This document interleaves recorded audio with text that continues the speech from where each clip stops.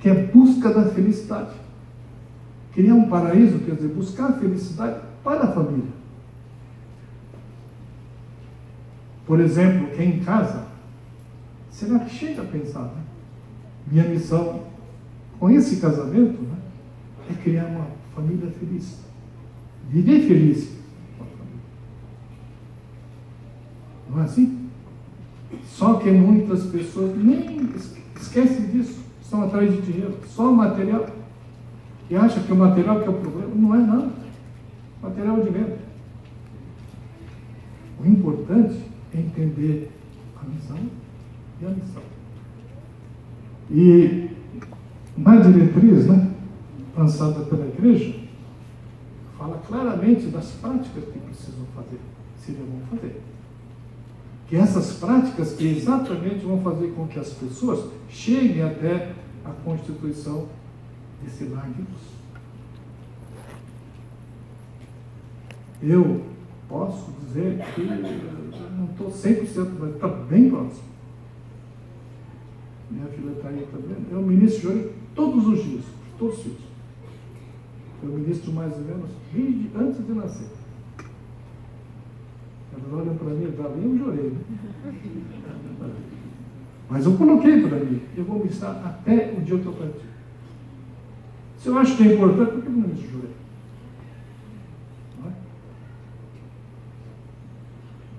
Eu faço chantagem também, porque, né? Porque quando eu ministro, eu recebo também. Então, eu ministro 3, recebo 3. Não é, Gabi? Essa chantagem acho que não vai mal, viu?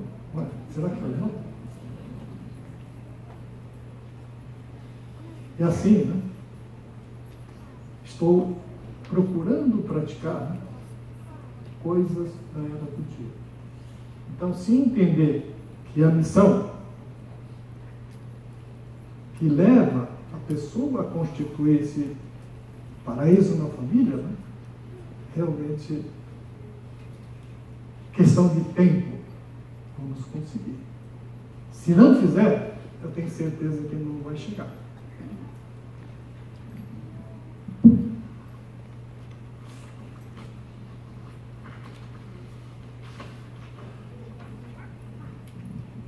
Por exemplo, né, a diretriz é a formação do lar de luz, seguindo os passos de Meixo Sama, é a base da construção do paraíso. Essa é a nossa missão. Na realidade, pode experimentar, né? Se todos os senhores lembrarem bem, não precisa decorar, só lembrar. Naturalmente, um dia vão conseguir praticar. Como primeira sugestão, ministrando Jorei, estendendo a salvação a toda a humanidade. Segundo, né, ampliando as visitas às famílias e a assistência religiosa com os objetivos de formar lares de luz. Terceiro, expandindo a agricultura e alimentação natural nesse âmbito. Vivendo o belo por meio de nossas atitudes no cotidiano e das diversas expressões artísticas. Interessante, quando, voltando um pouquinho, né, para a transição, a era do dia,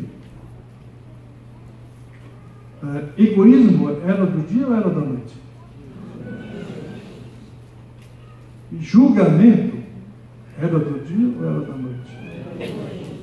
Crítica. Eu estou dando sugestões para cada um começar a fiscalizar para ver se faz isso. É interessante, né? Eu estou dando as sugestões, a pessoa fala, olha, hoje eu critiquei, antigamente era 20, hoje eu faço 5.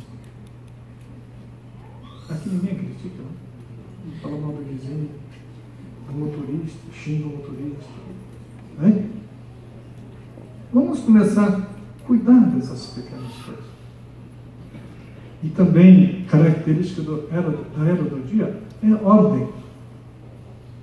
Em casa está em ordem? Relação pais e filhos, esposa e marido, marido e esposa. Aquela relação antiga, ditatorial, não existe mais. Hoje, a relação entre marido e mulher é de parceria. O que é parceria? É estar ao lado. Se aquilo que estou fazendo, eu faço, está deixando feliz. Isso é parceria. As empresas estão fazendo isso.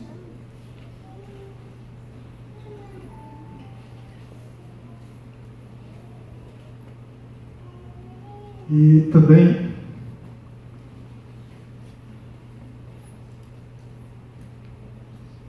aqui vamos falar um pouco de ordem, porque ele também mexe com o casamento, né? Alguém já leu aquele livro da Marie Kondo, Arrumação? Não? É bom ler, interessante. Eu aprendi muito com esse livro. Quanta bagunça nós fazemos. Na era da noite, nós desperdiçamos muitas coisas. Eu mesmo entrei nessa campanha da economia da luz, né? Eu nunca pensei que gastava tanto água. Porque ganhei 2 prêmios.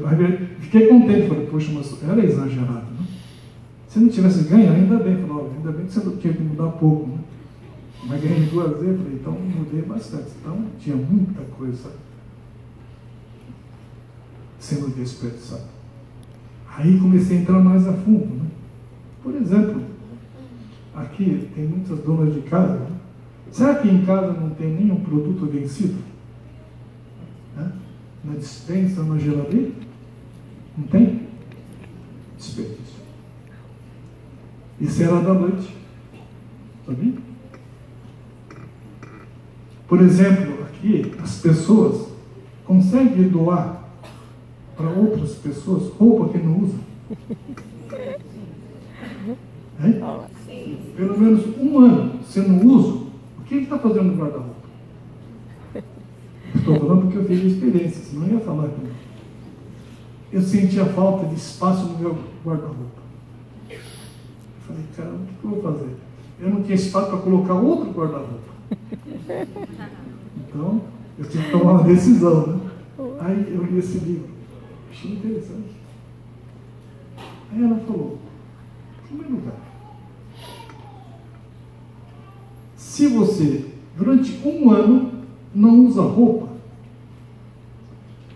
para que essa roupa está lá? E até ela faz assim, passa uma orientação interessante. Antes de descartar, procura verificar se você gosta daquela roupa primeiro. Segundo lugar, se você gosta, né? Se vou fazer a doação, agradeça a roupa que eu vou. Sentir gratidão pela roupa. E assim fui fazendo. Hoje sobra espaço no meu guarda-roupa. Olha só. Mas o que eu doei, porque uma pessoa que um dia pode contar a experiência, né? De sacos e sacos. Não é? Oh. Eu. Sou eu. Sabe? Isso tudo tira coisa do peso das nossas costas. Isso muitas vezes influencia o próprio ambiente da casa. As coisas desorganizadas, em desordem, isso cria o quê? Desordem. E nasce conflito nessa história toda.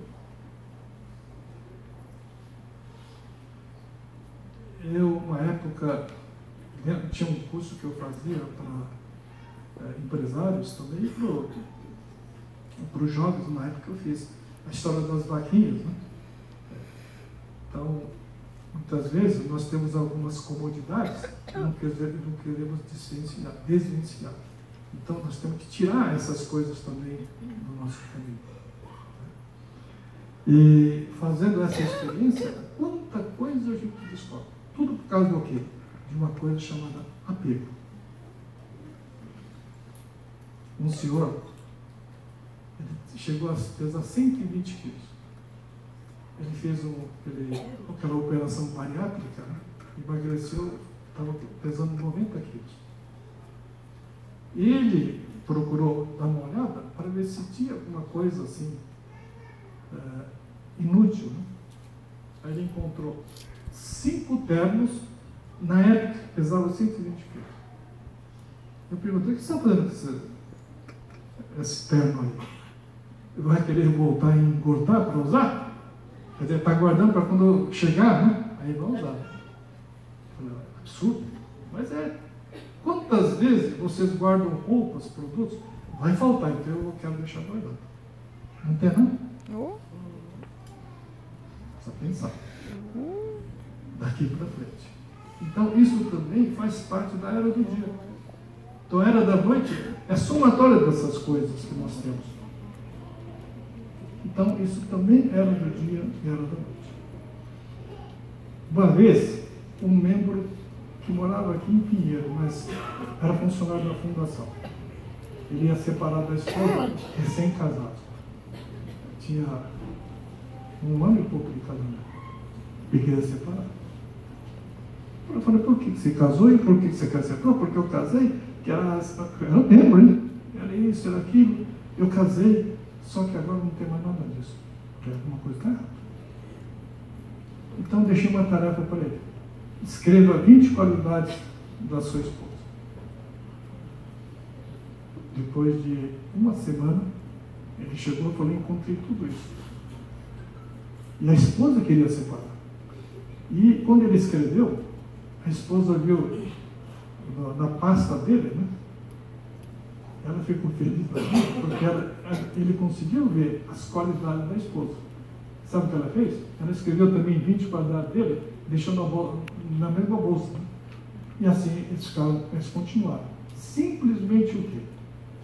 Se eu fico só criticando, vejo o lado negativo da esposa ou do marido, isso vai complicar a situação. Isso era da noite. Não é? Mas se eu conseguir verificar, descobrir qualidade nas pessoas, era do dia. Não tem fim.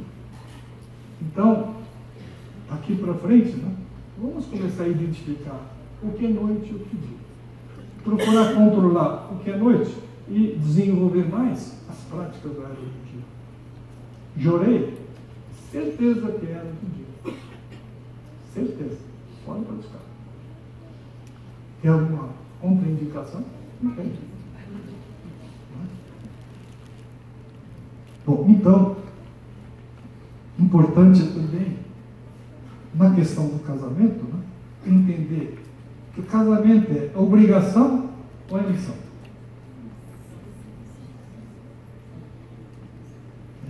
Tem gente que fica casado obrigado. Será que é obrigação o casamento?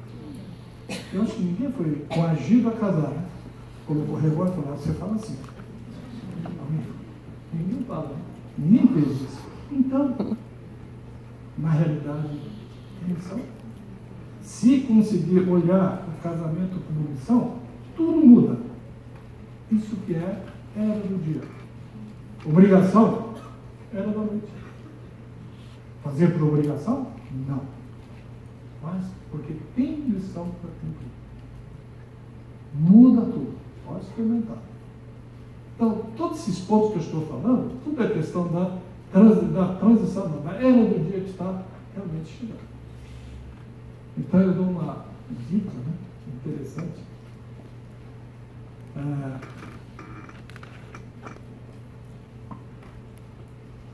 Já ouviram falar em olhos avisados? Alguém já ouviu falar nisso? Já ouviu? Eu só consigo enxergar quando aviso. Você sabia disso? Tinha um jovem, esse é um filme. Estava com um velhinho, né, que é orientador. E o velhinho falou: você que está meio depressivo e tal. Por quê? Porque a vida é tudo igual, não tem nada diferente. Né? Estava no jardim.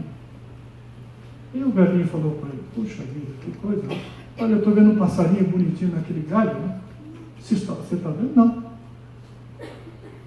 E aquela senhora que está brincando com o seu filho, né? Naquele escorregador.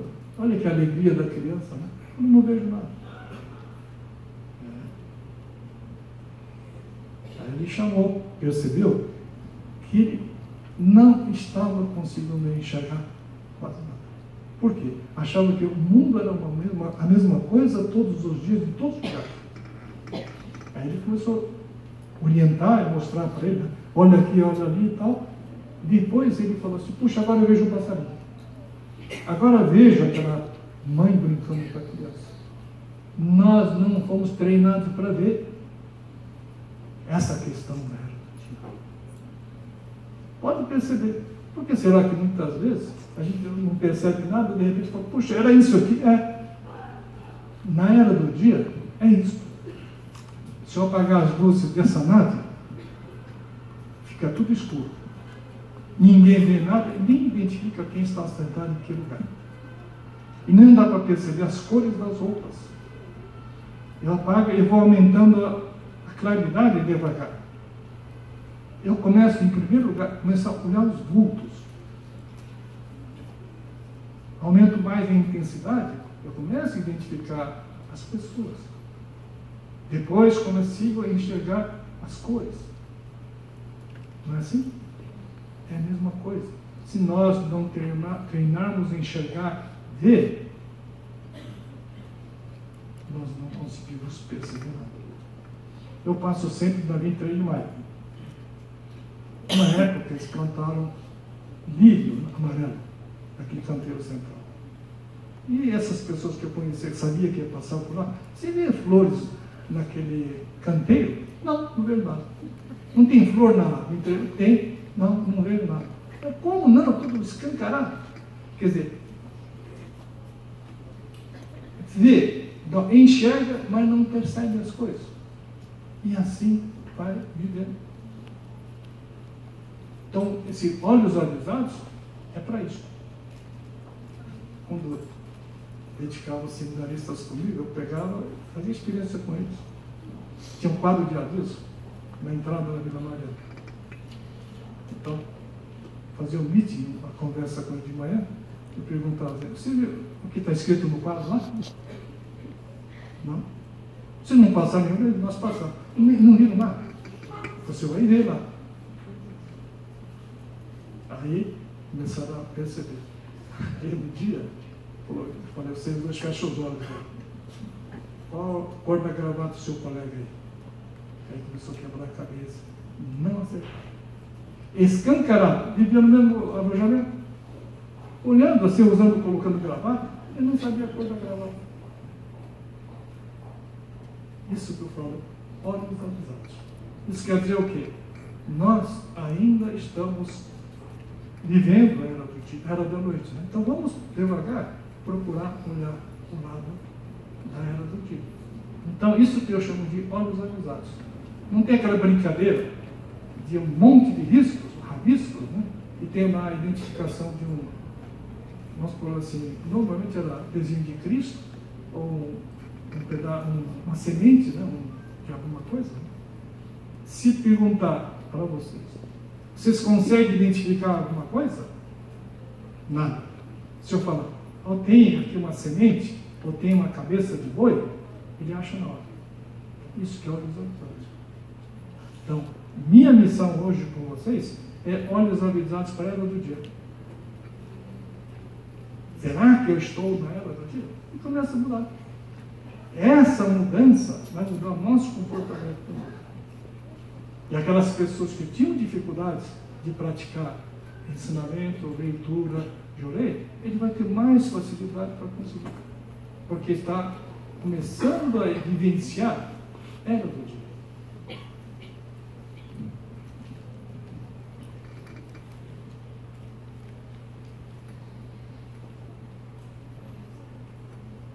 Até que horas?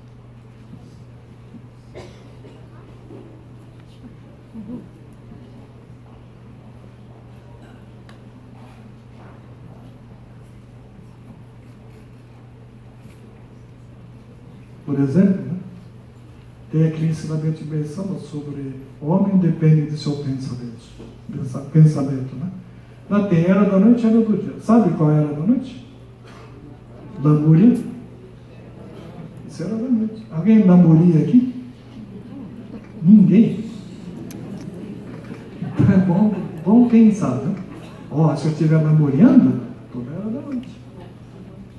Se eu estiver reclamando, era da noite. Se eu estiver xingando, era da noite.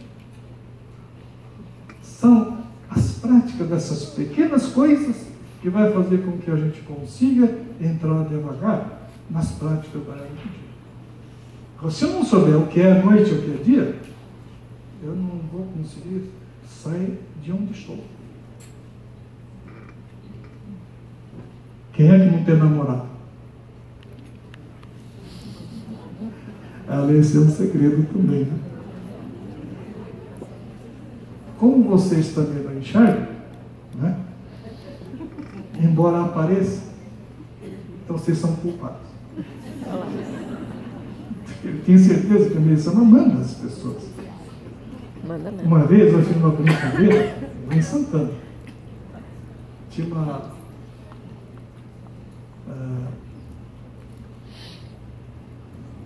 moça que também queria namorar, não sei o quê. Só que está no meu livro, né? Mudando um ponto, mudou a minha vida. Mas é fantástica essa história. Porque a pessoa chegou, tinha 26 anos, né? Falou, puxa, eu não consigo arrumar um namorado e tal. Falei, puxa, mas como é que você é? Você ajuda a tua mãe? Não sei o quê. Porque eu trabalho fora, sou executivo. Falei, tá bom. Então vamos fazer uma experiência onde tudo que você acha que você precisa mudar, né? Que era exatamente falta da prática da era do dia, naquela ocasião. Né? E aí ela começou, porque a reunião era semanal durante 4 horas. Aí no começo, ela falou, olha, eu ajudei minha mãe, será que era esse ponto? Eu falei, não. Aí ela, na semana seguinte, ela voltava, né? Olha, eu nunca fiz isso na minha vida, descascar cebola para minha mãe. Eu coloquei óculos, né? Chorando, eu descasquei. Tá bom. Era isso? Ainda não. Ela pensou, acho que ele está me enrolando. Né? Aí, na outra semana, ela falou assim, fiz um macarrão para minha mãe. Será que era isso? Eu acho que não. Aí um dia eu percebi que ela estava desanimando, né? O ministro Pimenta estava comigo, em Santana. Falei para o Pimenta, senta aqui, vou ligar para ela, né? E falar para ela assim, olha, você é uma mulher legal, não sei o quê. Ela ficou feliz da vida. Eu coloquei um bênção aqui. O ministro não pode fazer isso. Ela ficou feliz da vida, depois de 15 minutos estava na igreja, fazendo oração de agradecimento. Nossa, fiquei com uma dor de cabeça. Mas eu fiquei feliz porque ela veio. Aí foi mais o segundo semestre, praticando isso, praticando aquilo. Aí um dia apareceu uma pessoa, ministro, quem é aquela pessoa? Ah, está um movimento que está vindo para cá. Ele está vindo para tão perto. Se eu puder me apresentar, eu falei, não. Falei, você está numa fase de aprimoramento. Você tem que atrair. Mas como é que eu vou atrair se eu nem conheço? Falei, então, problema seu. E ela continuou mudando. O que aconteceu? Um dia eles encontraram, começaram a conversar e casaram. Aí, ela falou assim para mim, antes de casar, eu falei, olha, ministro, eu estou namorando. Fala para mim, qual era o ponto que eu tinha que mudar? Eu falei, não vou falar. Mas como? Eu estou namorando, eu falei, você não casou ainda. Ah, então do casamento, depois do casamento o senhor fala? Fala. E eu fiz o casamento dela, inclusive. Nem acabou o casamento, ela veio. Nem cumprimentou os visitantes. Né? Se você puder falar, qual o ponto que eu preciso saber para melhorar mais? Falei, sinceramente, eu não sei. Por que o senhor fez isso? Porque se tinha tanta coisa para mudar, eu não sei qual foi o ponto mais importante. Sabe? Aí percebi também que era do dia. Tinha um outro rapaz, que desde essa época eu já estava exercitando. Tinha outro rapaz que era engenheiro e tinha dificuldade também de namorar. E sempre andava de cabeça baixa, não sei o quê. Aí um dia Uma mocinha falou, o ministro, dá para apresentar aquele rapaz lá? Eu tinha vindo de transferência também. Eu não. Por quê? Sobre namoro, não sei o quê, essa menina é namoradeira. Eu falei, não é o tipo de rapaz. Né? Aí ela falou que gostou dela, não sei o quê. Né? Aí um dia esse rapaz veio falar comigo outra vez. Poxa, meu, não encontro ninguém. Tem tanta gente aqui na vida. Sabe o que eu falei para ele? Você não enxerga. Como não enxerga? Você não enxerga. Tem uma menina que gosta de você. Pronto. Nossa Senhora. Qual é a pessoa? Eu falei, não sei. Você vai descobrir. Ela descobriu, né? Assim que funciona. Se eu falei, dá para encontrar. Então, isso que é olhos avisados. Então, Meixo Sama nos avisou no final do ano passado. Mudando a oração, era do dia. Então, eu preciso empenhar para viver, era do dia. Tudo modifica. Se não começar a olhar coisas, que falam, puxa, mas como é que eu deixei passar tanto tempo coisas assim? É questão de ordem. Então, vou deixar uma tarefinha. Será que você podia olhar guarda-roupa? Aí uma senhora, falei, acho que não tem nada. Tá bom. Então, dá uma olhada na cozinha. Ela tirou 2 sacos de Tupperware, um saco de tampa, outro saco de sal do rapaz, porque não combinava. Minha esposa também fez. Hoje, o Tupperware dá tudo com tampa, bonitinho. Não é assim? Quantas vezes você sai procurando tampa? Cadê a tampa? Não tem. E o que está fazendo aquela peça? Está guardado. Apego. Não é? E também, presente de casamento. Vocês guardam aquelas lembranças? Faz uma limpeza. Isso não é legal. Não é? Outra coisa. Quantos casamentos que vocês guardaram de lembrança já dissolveram e vocês estão guardando de lembrança? Não é? E assim, tantas coisas que a gente faz que não precisa fazer. Só não descarta o marido nem a esposa. Roupa, tudo bem. Não é? Bom, então, com isso, nós poderemos assim começar a exercitar a era do dia e realmente eu gostaria que fizesse a experiência do guarda-roupa das coisas de casa. Coisas vencidas. Por favor, também. E quem tiver guarda-roupa apertada, está tudo errado. Pode desfazer, né? Agradecendo, né? E deixar o guarda-roupa limpo. E sempre assim, né? Se eu deixo limpo, entra outro no lugar. Isso eu aprendi já. Né? Então, eu libero, aí eu ganho uma roupa, ganho uma gravata, ganho não sei o quê. E assim vai. Mas não faça com a intenção de ganhar, porque está indo bem. O importante é realmente sentir bem. Bom, então, assim, se nós esforçarmos, né, empenharmos para praticar tudo que era do dia, né, realmente poderá modificar a nossa vida. Até coloquei aqui. O casamento acontece na vida para ser feliz, não para ser infeliz. Se criar a visão de que casei para ser feliz, será feliz. E no casamento, um ponto mais importante é a felicidade. Não é bens que adquire, não é nada dessas coisas. É a felicidade do casamento. E não esquecer também que a felicidade nós que construímos. E não vem pronto.